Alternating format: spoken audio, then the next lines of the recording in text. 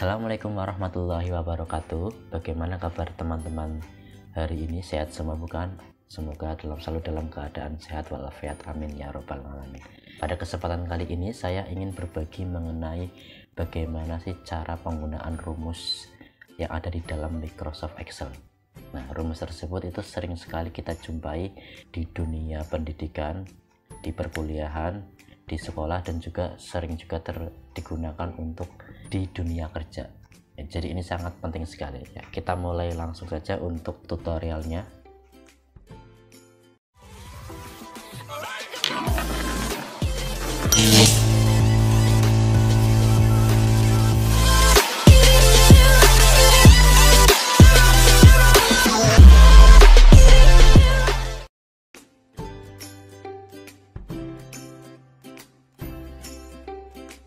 Untuk yang pertama yaitu rumus sum. Rumus sum ini digunakan untuk sebagai penjumlahan. Jadi ini fungsinya untuk menjumlahkan dari beberapa nilai ya. Jadi di sini saya berikan contoh. Ini ada 3 kolom, ada NIS, nama siswa, dan nilai. Nah, di sini nanti di nilai itu saya akan mengambil jumlah nilai dari keseluruhan siswa. Nah, cara penulisannya rumusnya yaitu yang pertama ketik saja sama dengan, kemudian tulis sum.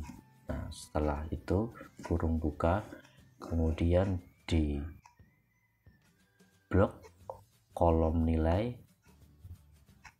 ya, di blok tahan sampai dengan 80. Nah, dari kolom D3 sampai dengan kolom D10 di blok, kemudian di enter. Nah, secara otomatis akan terjumlah, jadi tidak perlu satu persatu. Misalkan seperti ini, misalkan di bawahnya ini menggunakan tambah-tambahan, ini juga bisa, tapi itu terlalu memakan waktu yang lumayan lama. Nah, misalnya begini, ini juga bisa ya. Ini nah, jumlahnya sama bukan? Jumlah dari beberapa jumlah barang, begitu, seluruhan jumlah barang. Terus kemudian yang kedua yaitu rumus count.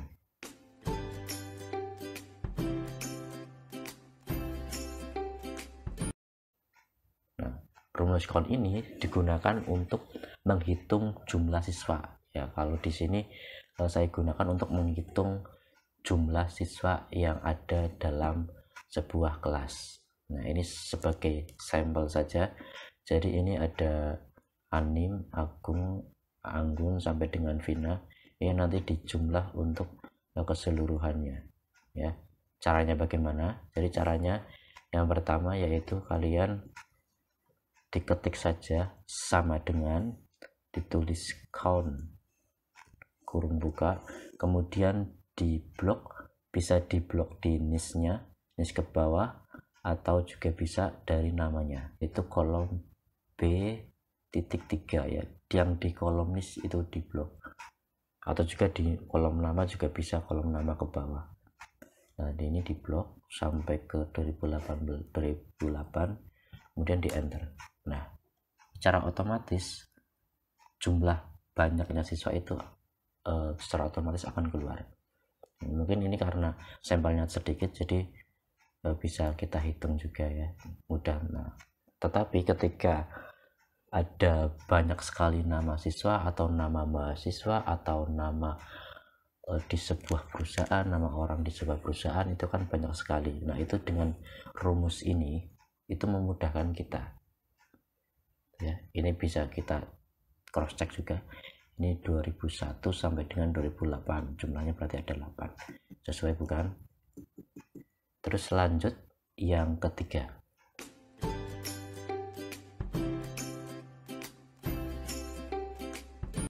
Lanjut yang ketiga yaitu rumus average. Ya, average ini rumus yang digunakan untuk menghitung nilai rata-rata. Nah, biasanya ini sangat penting, sangat banyak dibutuhkan di beberapa bidang, di perkuliahan juga banyak digunakan, di sekolah juga banyak digunakan, khususnya untuk para guru dan dosen. Dan juga di dunia kerja juga sama sangat dibutuhkan sekali ya. Oke, kita langsung saja caranya bagaimana. Ya. Jadi caranya ini ada beberapa sampel ya, hampir sama seperti tadi, ada NIS, nama siswa, dan nilai. Nah, kita akan menghitung nilai rata-rata dari siswa. Caranya yaitu yang pertama, tulis sama dengan, kemudian ketik average. Nah, kemudian kurung buka mudahnya di sini bisa menggunakan tab. Klik saja tab. Nah, kemudian di blok untuk nilainya. Cara ngebloknya shift kemudian tekan tanda panah ke bawah. Nah, lalu yang terakhir enter. Otomatis nilai akan muncul. Ini jadi otomatis nilainya akan muncul. Nah, tetapi nilainya ini belakangnya masih ada beberapa angka atau ada beberapa angka desimal di belakang koma. Nah, caranya bagaimana untuk membulatkannya? Cara untuk membulatkannya yaitu dengan cara mengklik tombol yang ada di sini. Nah, ini ya, decrease decimal. Diklik saja. Nah, beberapa angka di belakang koma. Ya, karena saya lebih suka bulat, bilangan bulat, jadi saya klik lagi saja. Nah, ini bilangan bulat. Ya, oke ya. Jelas sampai di sini. Nah, terus lanjut yang keempat yaitu rumus if.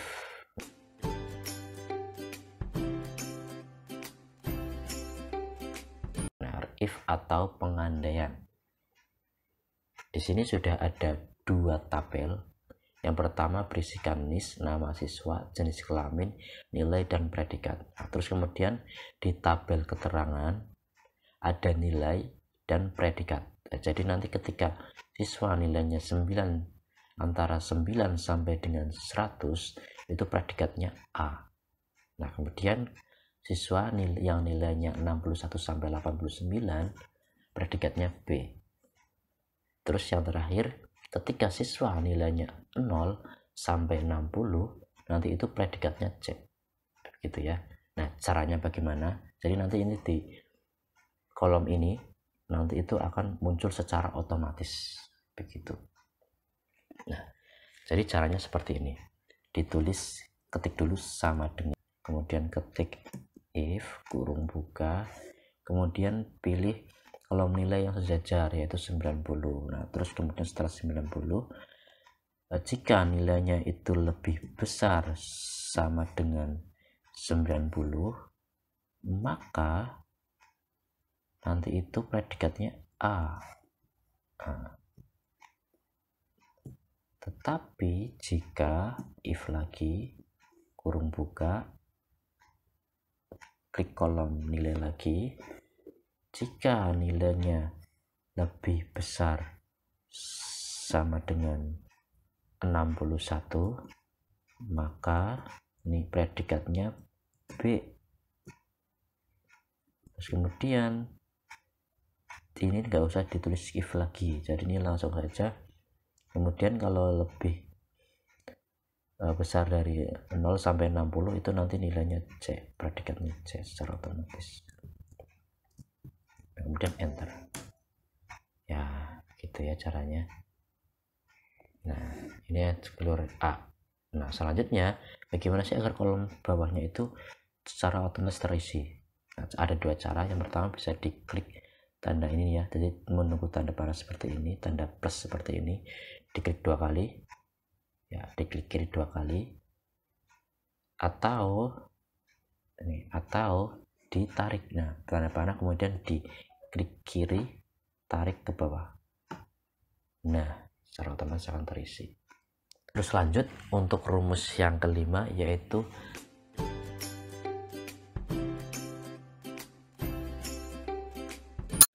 sum if. Nah, sum if ini itu turunan dari rumus sum. Nah, rumus sum if ini digunakan untuk apa sih rumus sum if? Jadi rumus sum if itu digunakan untuk menjumlahkan nilai dari siswa laki-laki, nilai dari suatu barang tertentu, bisa juga seperti itu. Nah, ini contohnya, saya kasih contoh jenis kelamin laki-laki nilainya sekian, perempuan sekian. Nah, caranya bagaimana untuk menuliskan 230 ini? Jadi rumusnya yaitu sama dengan sum if kurung buka, kemudian diblok untuk kolom jenis kelamin ya, ini ya, diblok sampai dengan D10. Nah, selanjutnya titik koma laki-laki, titik koma, terus kemudian diblok untuk kolom nilainya, yaitu E3 sampai E10, kemudian di enter. Nah, otomatis kan. Terus bagaimana untuk yang total nilai perempuan? Caranya yaitu hampir sama dengan tadi, sama dengan sum if kurung buka, kemudian diblok kolom jenis kelamin dari D3 sampai dengan D10, kemudian diketik titik koma, lanjut ditulis perempuan. Nah, lanjut titik koma kembali, diblok untuk kolom nilainya, yaitu E3 sampai dengan E10. Nah, terus kemudian di enter. Nah, otomatis akan terjumlah. Jadi total nilai untuk siswa laki-laki yaitu 230, total untuk nilai perempuan yaitu 440. Nah, ini juga bisa dibuktikan dengan kalkulator, silakan. Ini jadi ada laki-lakinya ada 3, 70 ditambah 90. Nah, totalnya 230. Ya, ini bisa dijumlahkan, nanti bisa teman-teman cek sendiri juga. Ya, sampai sini paham ya. Nah, terus lanjut yang ke 6 yaitu countif.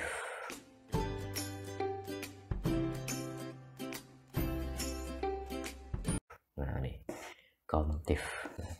Countif di sini saya gunakan hampir sama dengan kolom tadi, yaitu jenis kelamin. Saya ingin menghitung berapa sih siswa yang berjenis kelamin laki-laki dan berapa siswa yang berjenis perempuan. Atau kalau dalam dunia kerja bisa juga diterapkan di beberapa barang begitu. Nah, ini saya contohkan di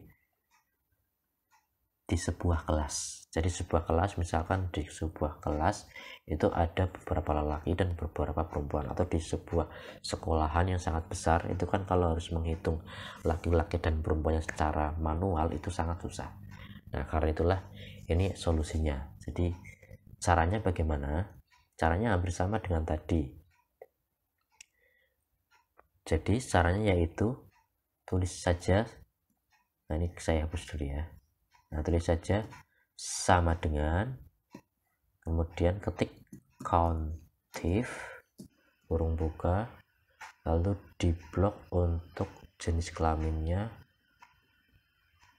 ya, jadi ini kolom D3 sampai kolom D10, kemudian titik koma, tulis laki. Nah, ketik enter. Nah, otomatis akan terisi. Nah, terus yang kedua, untuk banyaknya jumlah siswa perempuan masih hampir sama seperti tadi, sama dengan countif kurung buka, terus kemudian di blok kolomnya, kolom D3 sampai kolom D10, kemudian titik koma, petik 2 di atas, lanjut diketik perempuan. ketik 2 lagi, enter. Nah, otomatis akan terisi. Ini juga bisa dilihat ya, banyaknya siswa laki-laki hasilnya 3. Ini kita hitung, laki-laki 1 2 kemudian 3 ya. Untuk perempuannya 5 bisa hitung 1 2 3 4 5. Nah, ini kalau untuk contohnya mungkin karena datanya sedikit jadi mudah. Nah, coba kalau misalkan datanya itu sangat banyak dari satu sekolahan atau satu kampus, itu kan sangat banyak sekali. Nah, dengan rumus ini mempermudahkan kita. Terus selanjutnya yaitu proper. Nah,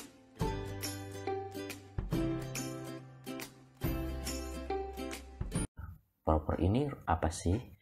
Jadi proper ini untuk membuat sebuah huruf awal di depan sebuah kalimat itu menjadi besar.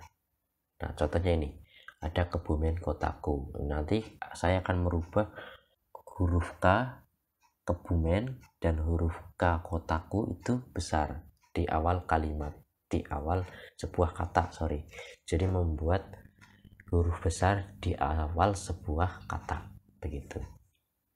Nah, ini caranya sangat mudah sebenarnya. Diketik saja caranya. Yang pertama yaitu sama dengan, kemudian ketik proper.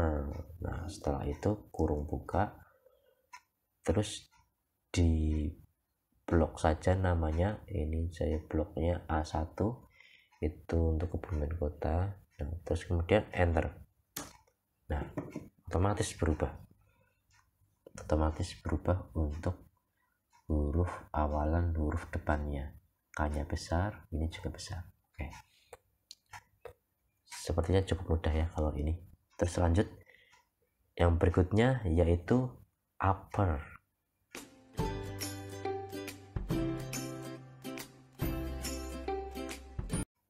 Ya, jadi upper ini digunakan untuk merubah seluruh huruf dalam kalimat atau dalam kata menjadi besar semuanya. Nah, caranya bagaimana? Hampir sama dengan yang tadi, hanya saja kodenya diganti. Diketik saja sama dengan, kemudian ketik upper, nah, kurung buka, lanjut dipilih teksnya ya, kemudian enter. Nah, otomatis hurufnya akan besar semuanya. Ini mempermudahkan kita kalau menggunakan Excel. Terus lanjut yang berikutnya yaitu rumus lower.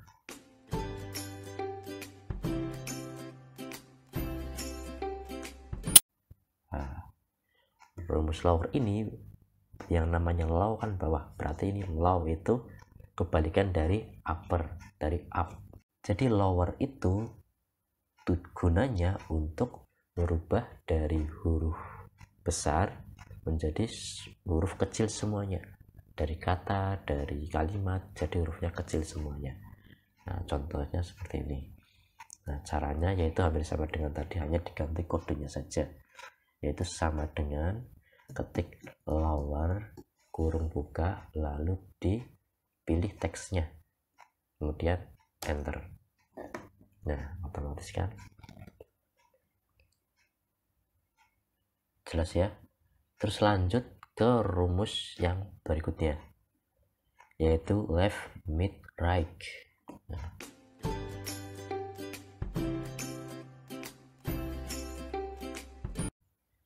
left, mid, right. Nah, ini maksudnya apa sih? Jadi ini kalau yang pertama yaitu dari left. Nah, left ini nanti itu akan mengambil kata dari sebelah kiri ya. Di sebelah kiri itu berarti Kebumen, misalkan kirinya berarti KE gitu ya. Terus kalau mid itu nanti mengambil kata dari tengah. Nah, kalau right itu mengambil kata dari sebelah kanan, begitu. Nah, kita coba satu persatu dulu ya. Untuk yang pertama yaitu left. Nah, sama dengan ketik saja left, kurung buka, kemudian dipilih teksnya yang mana, ini teksnya. Nah setelah itu titik koma. Nah ini mau diambil berapa huruf dari sebelah kiri, misalnya saya ambil 2 huruf, 2, enter. Nah kalau 2 huruf berarti KE, 3 huruf juga bisa, ini misal diganti menjadi 3. Nah berarti kep, begitu ya. Terus lanjut yang kedua yaitu rumus mid. Nah rumus mid ini agak sedikit berbeda dengan yang tadi. Caranya bagaimana? Jadi caranya yang pertama sama dengan ketik mid, nah kurung buka, pilih teksnya, kemudian mau diambil dari kata yang nomor berapa. Misalnya begini, misalnya saya mau mengambil kata dari huruf dari nomor keempat dari kiri. Misalnya itu kalau huruf keempat berarti KEBU, berarti huruf U ya, berarti titik koma 4. Nah kemudian setelah saya mengambil 4, nah saya mau mengambil menggunakan berapa huruf, misalnya saya mau menggunakan 2 huruf ya, kemudian enter. Nah ini UM, berarti tadi mengambil dari keempat dan 2 huruf. Nah, atau juga bisa diganti juga, misalnya biar tengah-tengah gitu ya, saya ambil dari huruf yang ketiga, kemudian saya ambil juga 3 huruf yang tengah. Oke, enter. Nah begini, udah bukan? Terus yang terakhir yaitu right. Right ini fungsinya hampir sama dengan yang left caranya, tapi kalau right itu mengambil dari sebelah kanan. Caranya yaitu ketik saja sama dengan right kurung buka, kata teksnya dipilih, titik koma, terus selanjutnya mau pilih berapa huruf dari sebelah kanan.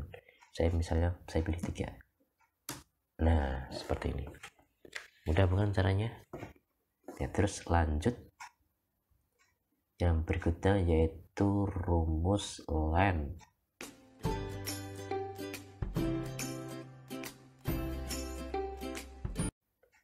Rumus len ini gunanya untuk apa sih? Jadi ini gunanya yaitu untuk nih, mengetahui berapa karakter dalam suatu kata. Misalnya Kebumen. Kebumen itu ada berapa karakter, ada berapa huruf gitu kan. Nah caranya itu simple sekali ya. Caranya yaitu sama dengan ketik saja len kurung buka, pilih katanya, kemudian enter. Ya 7 apa bukan, coba kita hitung ya. 1, 2, 3, 4, 5, 6, 7 ya. Kebumen ada 7 huruf atau 7 karakter, benar ya. Terus lanjut ke rumus yang berikutnya yaitu round. Rumus round.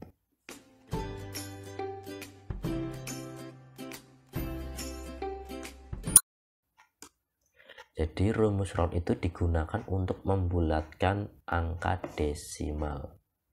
Nah misalnya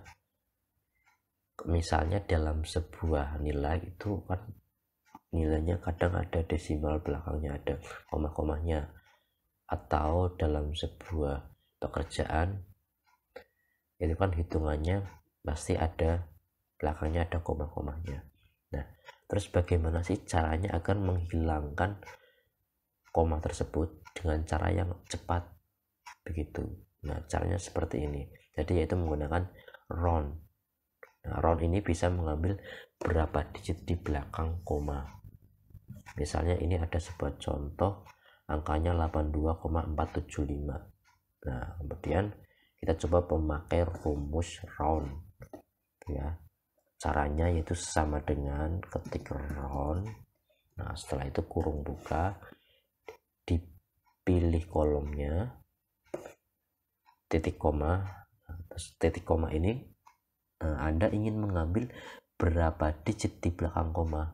Misalnya saya ingin mengambil 1 digit, berarti ketik aja 1, enter. 1 berarti 5. Oh, ini 5 pembulatan ya maksudnya. Misalnya saya mengambil 2 digit. Nah, 2 digit berarti kan 48 begini ya. Kalau mengambil 2 digit, karena ini kan kalau 5 ke atas itu nanti dibulatkan menjadi ke atasnya. Begitu ya. Nah, ini ya. Ini juga mempermudahkan. Sebenarnya juga ada cara cepatnya, yaitu dengan menggunakan ini tombol decrease desimal. Tapi kalau dengan rumus seperti ini, kita coba lagi ganti ya. Kalau ini kita mengambil 2, kalau kita misalnya mengambil 0 berarti dibulatkan ke atas. Oh, berarti kalau dibulatkan tetap 82 nilainya. Terus lanjut rumus yang berikutnya, yaitu rumus concatenate. Nah, concatenate. Nah, concatenate ini tuh gunanya untuk apa sih? Yaitu rumus ini digunakan untuk menggabungkan sebuah kata yang terpisah-pisah dari beberapa kolom. Caranya bagaimana? Nah, ini sini saya berikan contohnya dulu.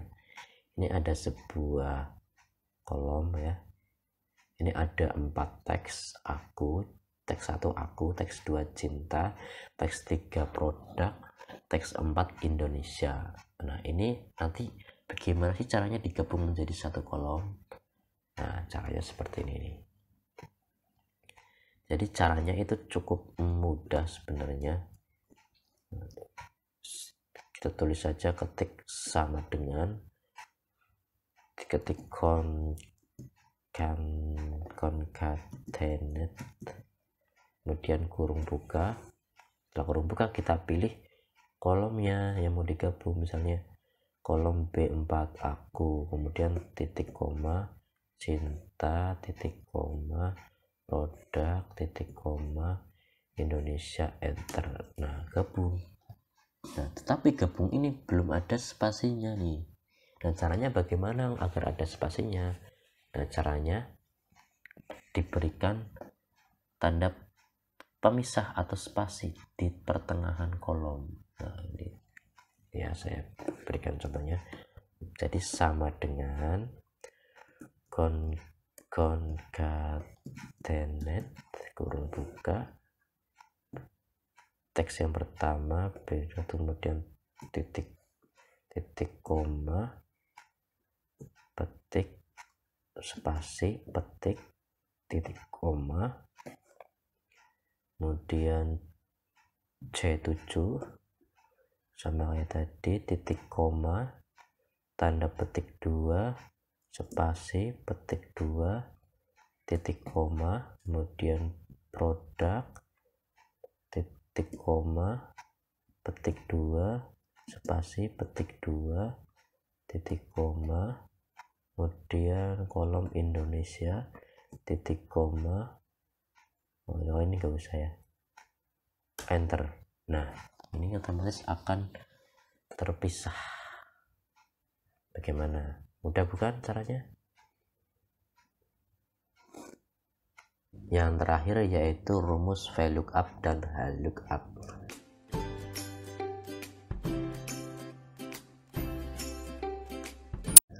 Bedanya apa sih rumus VLOOKUP dan HLOOKUP?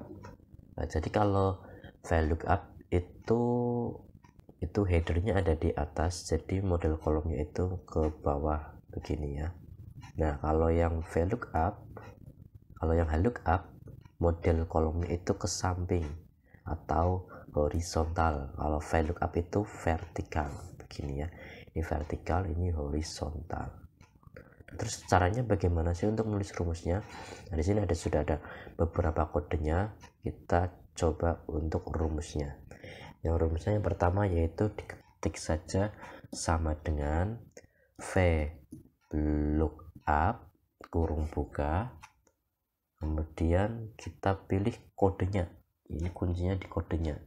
Jadi kita klik kolom kodenya, kemudian titik koma, lanjut ke tabel bantunya. Ini tabel bantunya di bawah. Jadi yang di blok itu yang huruf A ini ya sampai dengan yang ini rencai. Nah, kemudian setelah itu jangan lupa dikunci biar tidak rumusnya tidak berubah-ubah.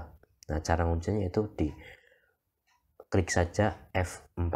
Nah, F4 itu akan otomatis muncul tanda seperti dolar ini ya. Nah, setelah muncul tanda seperti dolar dikunci dengan F4, kemudian ketik titik koma. Nah, setelah titik koma kita pilih nama barang. Ini kan nama barang. Nah, nama barangnya itu ada di kolom nomor berapa? Nah, ini nama barang ada di kolom nomor 2 berarti ya. 1, 2 berarti nama barang di kolom 2. Berarti tulis saja ketik angka 2 kemudian titik koma, belakang tulis false. Nah, itu jangan sampai nggak ditulis, kalau nggak tulis nanti nggak jadi. Terus kemudian kurung tutup, enter. Nah, otomatis ini akan berubah susu gitu ya. Nah, kalau misalkan ini C-nya diganti menjadi D misalnya, nah otomatis akan berubah jadi gandum karena kodenya kan gandum. Nah, kalau saya rubah menjadi B juga akan berubah menjadi ini minyak goreng karena nama barangnya B minyak goreng. Dan terus kemudian setelah itu lanjut ditarik saja ini ya. Kalau sudah atasnya sudah ini diklik saja ini tanda panah, tunggu tanda plus seperti ini, diklik 2 kali, klik kiri, nah otomatis akan terisi. Terus lanjut untuk harga. Nah, untuk harga hampir sama dengan yang tadi, cuman kolomnya ini itu ada di kolom nomor 3. Nah, berarti caranya yaitu tulis dulu sama dengan VLOOKUP kurung buka, kodenya dipilih, titik koma, terus lanjut kolom bantunya diblok. Setelah diblok kemudian jangan lupa dikunci F4. Nah, setelah dikunci kemudian titik koma, ini kan kolom harga. Nah, harga itu di kolom nomor berapa? Ini ada di kolom nomor 3, berarti tulis saja angka 3 gitu. Terus titik koma lagi, tulis false, enter. Nah, otomatis harganya akan berubah menjadi 12.000. Nah, misalnya ini ditarik juga sama, klik 2 kali, nah otomatis akan terisi, harganya sama gitu. Terus untuk satuannya ini juga hampir sama dengan tadi, hanya saja ini kolomnya di nomor 4. Ketik saja VLOOKUP kurung buka, kode barangnya, kemudian titik koma, diblok kembali, nah sampai ini, kemudian dikunci, dari kunci titik koma lagi, tulis angka 4 karena ini di kolom nomor 4. Nah, titik koma lagi, false, enter. Nah, otomatis berubah ya, berubah ya.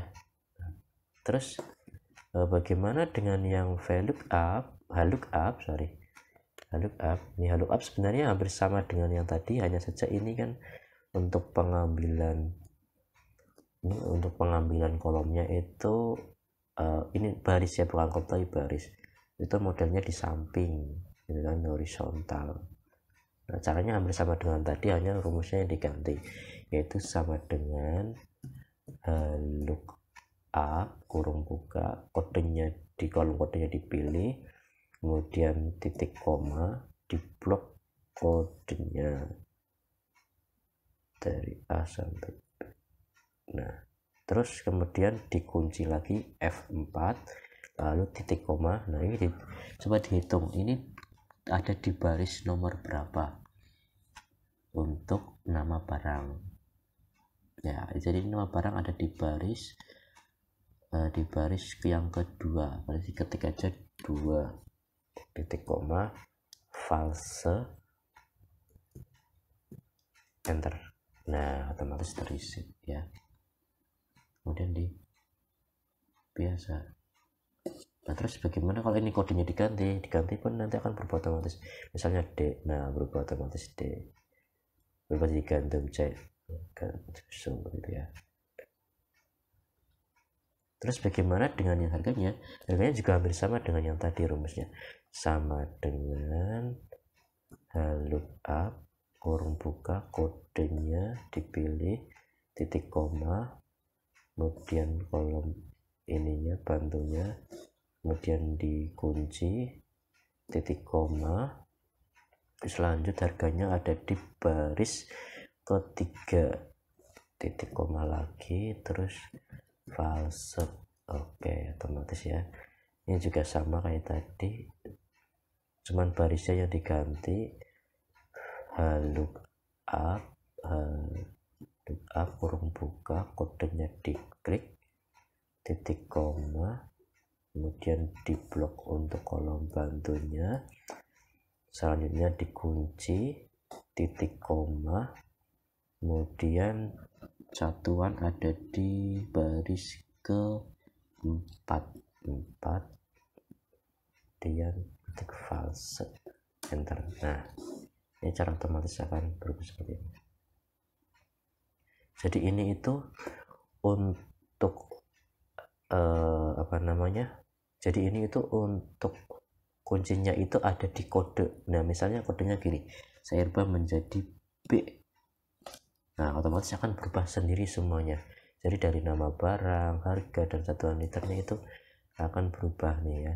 Ini coba ya, saya berubah lagi menjadi misalnya jadi A, enter. Nah, ini otomatis berubah semua. Nama barangnya berubah, harganya berubah, rangingnya berubah. Ini itu biasanya digunakan di beberapa supermarket. Ini sangat cepat dan mudah sekali. Misal cek, nah perubahan otomatis ini juga sama nih. Kalau yang value up dirubah cek, nah berubah juga, semuanya berubah secara otomatis. Mudah bukan untuk rumus Excelnya? Baik, cukup sekian untuk tutorial pada kali ini. Semoga tutorialnya bermanfaat bagi kita semuanya. Amin. Apabila ada salah kata, saya mohon maaf. Akhir kata, wassalamualaikum warahmatullahi wabarakatuh. Sampai jumpa.